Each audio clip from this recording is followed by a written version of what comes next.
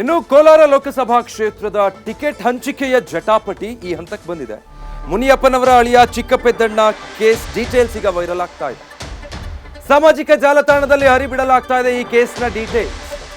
Sub registrar ಆಗಿದ್ದಾರೆ Congress ticket ಆಕಾಂಕ್ಷಿ ಚಿಕ್ಕಪೆದ್ದಣ್ಣ. ಕೋಲಾರದ ticket ಯಾರಿಗೆ ಅನ್ನೋ ಚರ್ಚೆ ಬೆನ್ನಲ್ಲೇ ಈ ಕೇಸ್ನ ಡೀಟೇಲ್ಸ್ ಒಂದು ವೈರಲ್ ಆಗ್ತಾ ಇದೆ ಸಾಮಾಜಿಕ ಜಾಲತಾಣದಲ್ಲಿ. ಸೊ ಮುನಿಯಪ್ಪನವರ ಅಳಿಯನಿಗೆ ಒಂದು ರೀತಿಯ ಟೆನ್ಷನ್. ಒಂದು ಕಡೆ ಇಷ್ಟೆಲ್ಲ ಜಿದ್ದಾಜಿದ್ದಿ ಟಿಕೆಟ್ ಕೊಡಬಾರ್ದು ಅವ್ರಿಗೆ ಅನ್ನೋ ಕಾರಣಕ್ಕೆ ರಾಜೀನಾಮೆ ಪತ್ರ ಹಿಡಿದು ರೆಡಿಯಾಗಿ ನಿಂತಿದ್ದಾರೆ. ಒಂದು ವೇಳೆ ಟಿಕೆಟ್ ಅವ್ರಿಗೆ ಕೊಟ್ಟರೆ ನಮಗೆ ಈ ಸ್ಥಾನನೇ ಬೇಡ, ಯಾವುದೇ ಕಾರಣಕ್ಕೂ ಟಿಕೆಟ್ ಕೊಡಬಾರ್ದು ಅಂತ. ಅದರ ಮಧ್ಯೆ ಸೋಷಿಯಲ್ ಮೀಡಿಯಾಗಳಲ್ಲಿ ಚಿಕ್ಕಪೆದ್ದಣ್ಣ ಅವರಿಗೆ ಸಂಬಂಧಪಟ್ಟ ಹಾಗೆ ಒಂದು ಕೇಸ್ನ ಡೀಟೇಲ್ಸನ್ನು ಕೂಡ ಇದೇ ಸಂದರ್ಭದಲ್ಲಿ ಹರಿಬಿಡಲಾಗಿರೋದು. ಒಟ್ಟಿನಲ್ಲಿ ಅವರಿಗೆ ಟಿಕೆಟ್ ಸಿಗೋದನ್ನು ಹೇಗಾದರೂ ಮಾಡಿ ತಪ್ಪಿಸಬೇಕು ಅನ್ನೋದಕ್ಕೆ ಸಂಬಂಧಪಟ್ಟ ಹಾಗೆ ಅವ್ರ ಬಗ್ಗೆ ಜನಾಭಿಪ್ರಾಯ ಬದಲಾಯಿಸೋ ನಿಟ್ಟಿನಲ್ಲಿ ಸೋಷಿಯಲ್ ಮೀಡಿಯಾದಲ್ಲಿ ಇಂಥದ್ದೊಂದು ಹಳೆ ಕೇಸ್ನ ಡೀಟೇಲ್ಸನ್ನು ಈಗ ವೈರಲ್ ಮಾಡಲಾಗ್ತಾ ಇದೆ. ಡೀಟೇಲ್ಸ್ ಕೊಡ್ತಾರೆ ನಮ್ಮ ಪ್ರತಿನಿಧಿ ವಿಷ್ಣು ಪ್ರಸಾದ್. ಯಾವ ಕೇಸಿಗೆ ಸಂಬಂಧಪಟ್ಟ ಹಾಗೆ ಏನು ಡೀಟೇಲ್ಸ್, ಸೋಷಿಯಲ್ ಮೀಡಿಯಾದಲ್ಲಿ ಯಾವ ರೀತಿ ಇದನ್ನು ವೈರಲ್ ಮಾಡಲಾಗ್ತಾ ಇದೆ?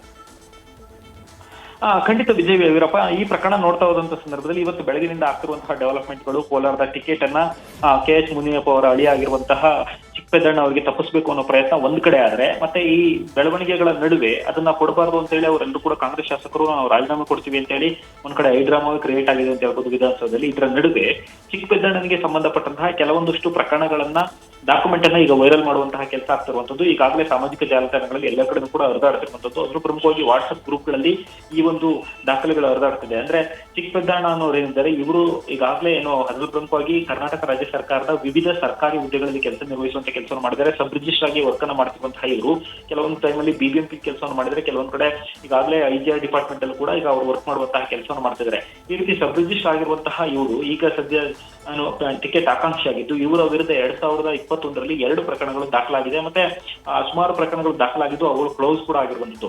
ಈಗ ಸದ್ಯ 2 ಪ್ರಕರಣಗಳು ತುಂಬಾನೇ ಆಕ್ಟಿವ್ ಆಗಿ ಕೆಲಸ ಮಾಡ್ತಕ್ಕಂಥ, ಅದು ಪ್ರಮುಖವಾಗಿ ಡಿರ್ಲೆಕ್ಷನ್ ಆಫ್ ಡ್ಯೂಟಿ ಅಂತ ಒಂದು ಅಲಿಗೇಷನ್ ಇರುವಂತದ್ದು, ಇನ್ನೊಂದು ಕರಪ್ಷನ್ ನಡೆಸಿದ್ದಾರೆ ಕೆಲಸ ನಡೆಸುವಂತಹ ಸಂದರ್ಭದಲ್ಲಿ, ಮತ್ತೆ ಅಕ್ರಮವಾಗಿ ರಿಜಿಸ್ಟ್ರೇಷನ್ ಮಾಡೋದಕ್ಕೆ ಲಂಚವನ್ನು ಪಡೆದಂತಹ ಆರೋಪದ ಪ್ರಕರಣಗಳು ಕೂಡ ಇವರ ವಿರುದ್ಧ ದಾಖಲಾಗಿದ್ದು, ಆ 2 ಪ್ರಕರಣಗಳು ಕೂಡ ಇನ್ನೂ ಪೆಂಡಿಂಗ್ ಸ್ಟೇಜ್ ನಲ್ಲಿದೆ. ಮೊದಲನೇ ಪ್ರಕರಣದಲ್ಲಿ 3 ವರ್ಷ ಕಳೆದರೂ ಕೂಡ ಪ್ರಕರಣದ ಕೇಸನ್ನು ತೆಗೆದುಕೊಳ್ಳುವಂತಹ ಲೋಕಾಯುಕ್ತ ರಿಜಿಸ್ಟರ್ ಅವರು ಜಸ್ಟ್ ಅದನ್ನ ಸ್ಕ್ರೂಟಿನಿ ಮಾಡ್ತಾರೆ. ಅಂದ್ರೆ ಪರಿಶೀಲನೆ ಹಂತದಲ್ಲಿ ಅವರ ಬಳಿಯನ್ನ ಫೈಲ್ ಅನ್ನು ಇಟ್ಕೊಳ್ಳುವಂತಹ ಕೆಲಸನ ಒಂದು ಪ್ರಕರಣದಲ್ಲಿ ಮಾಡ್ತಾರೆ. ಇನ್ನೊಂದು ಪ್ರಕರಣಕ್ಕೆ ಸಂಬಂಧಪಟ್ಟಂತೆ ಸಕ್ಷಮ ಪ್ರಾಧಿಕಾರಕ್ಕೆ, ಅಂದ್ರೆ ಅವರ ಇಲಾಖೆಯ ಸಕ್ಷಮ ಪ್ರಾಧಿಕಾರಕ್ಕೆ ಅವರ ವಿರುದ್ಧ ಪ್ರಾಸಿಕ್ಯೂಷನ್ ಪರ್ಮಿಷನ್ ಕೊಡಿ ಅಂತೇಳಿ ಲೆಟರ್ ಕೊಡುವಂತ ಕೆಲಸವನ್ನು ಮಾಡಿದ್ದಾರೆ. ಅದು ಕೂಡ ಈಗಾಗಲೇ 3 ವರ್ಷ ಕಳೆದು ಕೂಡ ಇದು ಕೂಡ ಪರ್ಮಿಷನ್ ಸಿಕ್ಕಿಲ್ಲ. ಜೊತೆಗೆ ಈ ಪ್ರಕರಣದಲ್ಲಿ ಶಾಂತಕುಮಾರ್ ಅಂತ ಒಬ್ಬರು ದೂರನ್ನು ಕೊಟ್ಟರೆ, ಇನ್ನೊಬ್ರು ಮರಿಯಾ ರೂಬಿಯನ್ ಅವರು ಇವರ ವಿರುದ್ಧ ಈಗ ದೂರನ್ನು ಕೊಟ್ಟಿದ್ದಾರೆ. ಆ 2 ಪ್ರಕರಣಗಳು ಕೂಡ ತನಿಖೆ ಹಂತದಲ್ಲೇ ನೋಡ್ತಾ ಇದ್ದಾರೆ. ಮುನಿಯಪ್ಪ ವಿರುದ್ಧ ಇರುವಂತಹ, ಮುನಿಯಪ್ಪ ಅಳಿಯ ಇರುವಂತಹ ಚಿಕ್ಕಪೆದ್ದಣ್ಣ ಅವರ ವಿರುದ್ಧ ಇರುವಂತಹ ಪ್ರಕರಣಗಳಿಂದ ಅದು ಜೀವಂತವಾಗಿ ಇರುವಂತಹ ಸಂದರ್ಭದಲ್ಲಿ ಅವರಿಗೆ ಈಗ MP ಟಿಕೆಟ್ ಆಕಾಂಕ್ಷಿಯಾಗಿದ್ದಾರೆ ಅನ್ನೋದನ್ನ ಬಿಂಬಿಸುವಂತಹ ಪ್ರಯತ್ನ ಆಗ್ತಿರುವಂತದ್ದು.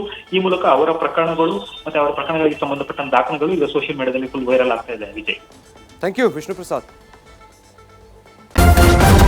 ನ್ಯೂಸ್ ಫಸ್ಟ್ ನಿರ್ಭೀತಿಯಿಂದ ನಿಮ್ಮ ಪರವಾಗಿ.